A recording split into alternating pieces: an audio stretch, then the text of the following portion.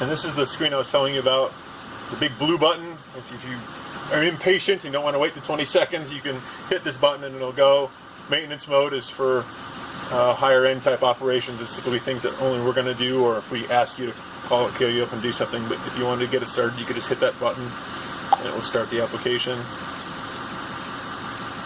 And it's going to tell you these are all the different software parameters that are going to be loaded, and then they'll start at the end. It'll tell you all the versions of the software that was loaded.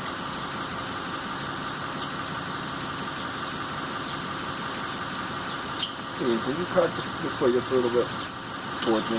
Thank you. Perfect. Perfect.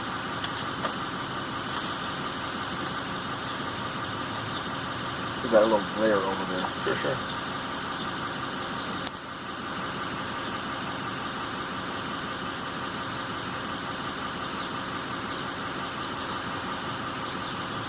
All right. Quick overview of the screen. I'll go through what I did with Robert. These are kind of your status icons.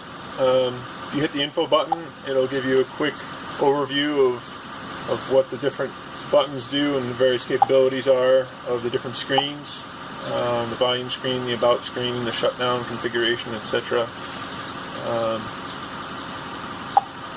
One thing very similar to the fixed route side that I've noticed is using your fingernail actually works better than using the pad of your finger.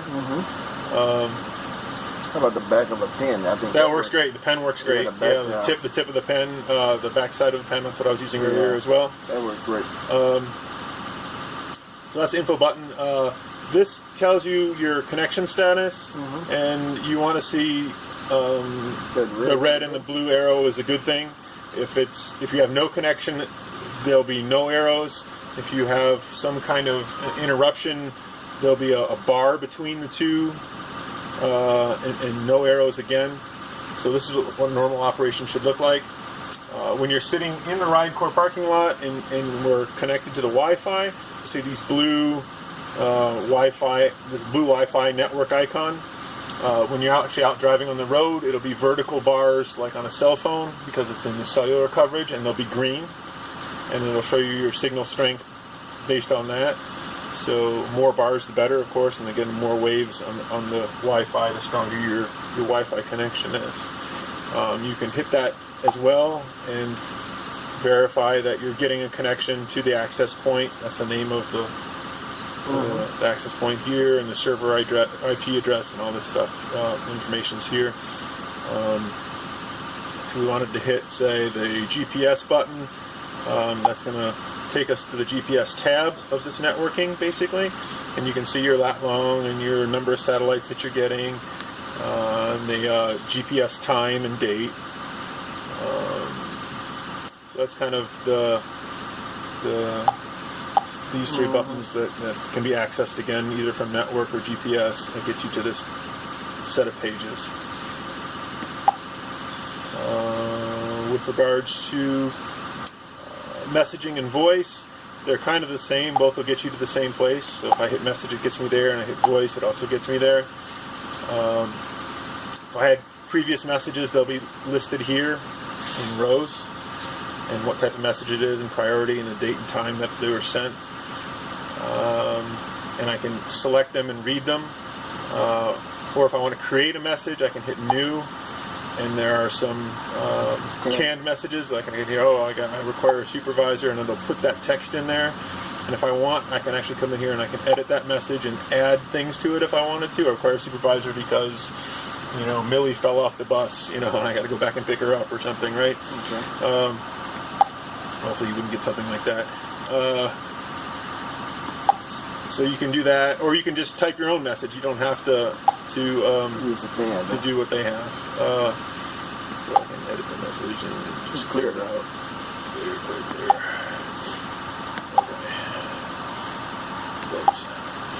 Okay. So on the right side is your request to talk and your priority request to talk. That will send a message to CleverCAD dispatch, and they will get a notification. It's real similar to the fixed route buses.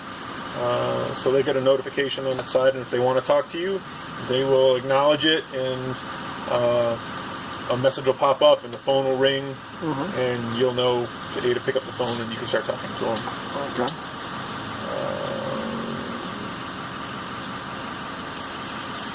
So the last one is a screen lock, and since we're not logged in, I don't think it's not going to lock for you. So once we log in, I'll show you how that works.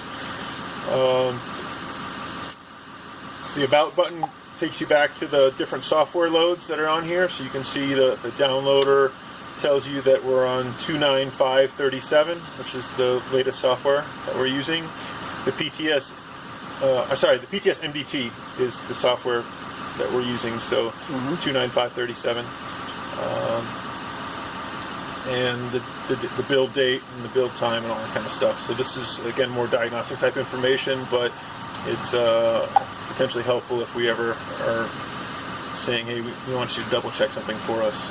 We might ask you to look at this screen. Typically you won't need it. Yeah. The volume screen allows you to change the volumes of the sounds. So when I'm tapping things, you can hear things. The text to speech. So when you're using the directional and we're driving on the map and it's telling you to turn right at State Street in 0.2 of a mile, that's that volume. The handset volume and mic volume controls this guy, and then the internal speaker and mic are these. That's the Greyhawk itself. On the actual Greyhawk unit itself. Okay. So that's that screen. The configuration screen and the shutdown screen are password protected. Okay. These are ones that typically you're never going to use. To shut down the unit, you don't have to do anything special. You're just going to turn off the key and turn off the master accessory and walk away. So if you accidentally do push these, you're going to get to a password. Again, you don't need to know any of that stuff. Configuration, we might call you up and say we want you to change something or change something here, but there's a special password for that, so you could be calling us again. And that kind of takes care of all these buttons here. We've talked about these buttons. Again, this is your date and time. I was telling Robert here, this queue. Basically, we send a message out about every 15 to 30 seconds, telling dispatch where the bus is, and just general information, communicating with central software. So this number might pop up to 0, 1, 2, sometimes even 3 while you're out and about, but normally it's going to keep down around in that 0 to 1 to 2 range. Okay. That's just sending data packets and all. Yep, sending data packets. But if it ever starts creeping up into the 20s, 30s, 100s, you've lost probably this connection icon more than likely will show something that there's a problem. But that's just kind of like the confirmation that we're no longer communicating. Okay. The vehicle ID is the actual bus number, so this is bus 640, and you can see that vehicle ID is set to 640. They wanted to change their unit IDs to put a 3 in front of them, so a vehicle ID and a unit ID are slightly different, but that's the relationship between the two. Sure. Unlike the fixed route system, which has an IVAN or computer that's heavily tied into many of the bus systems, including what we call the J1939 communication system. Or not communications, but it's like the internals of the bus and how everything's working. We only have 2 connections into the paratransit buses, and that's an emergency alarm switch, which is down here by the left knee of the driver, and the wheelchair lift. Okay. And those are just 2 discretes that are being fed into our system and that we monitor. The odometer, even though it shows this number, is actually based on, and I'm going to show you this in a minute, a manual entry that we're going to put in during login. So when I hit the login button, it's going to ask me for the odometer value. Okay. And then I'm going to look here on the odometer on this vehicle, and I'm going to type it in. It's a manual entry. It's a manual entry. While we drive during the day, this odometer value will increase, but that's based on our Clever Devices GPS calculating how far we're driving during the day. And that, as we do pick-up and drop-offs, that information will be being sent back to Trapeze, and they'll be able to get a rough estimate of how far we've gone. Okay? At the end of the day, when we hit the log out button, again, it's going to prompt us to enter the odometer. So we're going to enter in the odometer value at the end of the day, and then that's going to kind of sync up the actual odometer values in this system. But so we should be within roughly 5% during the day while we're actually running trips of the actual odometer value. That's kind of the goal. Just to give you an idea. But I just want to make sure you understood that this odometer value isn't always going to match what you're going to see here while you're driving during the day. Yeah, it's a logical system that is. I got you. Okay, so now we're here. Bus is on. We powered up. We're going to do our normal login. So we hit our login button. Again, we're going to enter our driver ID. I'm pretty sure that this is supposed to be like a 38005. I don't think it's supposed to be that 8-digit number, but let's see what happens. I'm going to hit OK. So now I'm going to put in the odometer value, and it says 97,322. Okay. Get a run ID. Do we have one? Probably have one.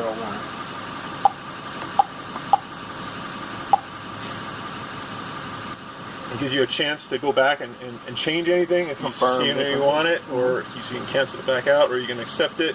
I'm going to hit accept. That was a pre-trip? You are receiving the text message. So, vehicle run ID 301 is already logged on. Okay. That's because, yeah, that's fine. That's fine for now. We're going to close this. And then the vehicle inspection screen. Pretty much everything here in blue, you're only going to check it if there's a problem. Only if there's a defect, I guess. All right. And so if we said, oh, you know, I got a rip in my seat. All right. I'm gonna put a message there. Everything else looks good. But we are going to do two different tests. One is the wheelchair test, and one is the emergency alarm test. And when we do these tests, especially the emergency alarm, of course, we don't want to be bugging dispatch. So when we initiate this test, it's going to take the emergency alarm, the sending of the message to dispatch. It's not going to do that.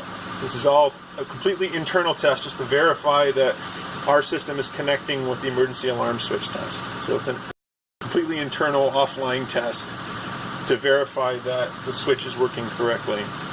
And once you initiate, this is the one time where you're going to press alarm, for example, and then you have 30 seconds to push that button. Okay. And as long as you push that button within the 30 seconds, and we verify it, we're checking the connection. And if it passes, this will automatically get checked. Okay. And it'll show pass alarm. If it fails for whatever reason, or you push the button and we still don't see it, after 30 seconds, it will do a fail alarm check automatically. It takes care of that. Same thing with the wheelchair lift. So you have to do the same thing. We're going to hit a deploy wheelchair lift. In this case, you have 90 seconds to fully open it, cycle it, and put it back, and turn it back off. To do that, and if you don't do that, you'll get a fail lift, or if the sensor doesn't see it, then it will also show the fail lift. Let's do it. Let's try that. And at the very, very end, we'll pick whether it was satisfactory, unsatisfactory, or not safe. Now, none of this will stop you from going and doing your run. However, you have to finish this report in order to proceed to the next step.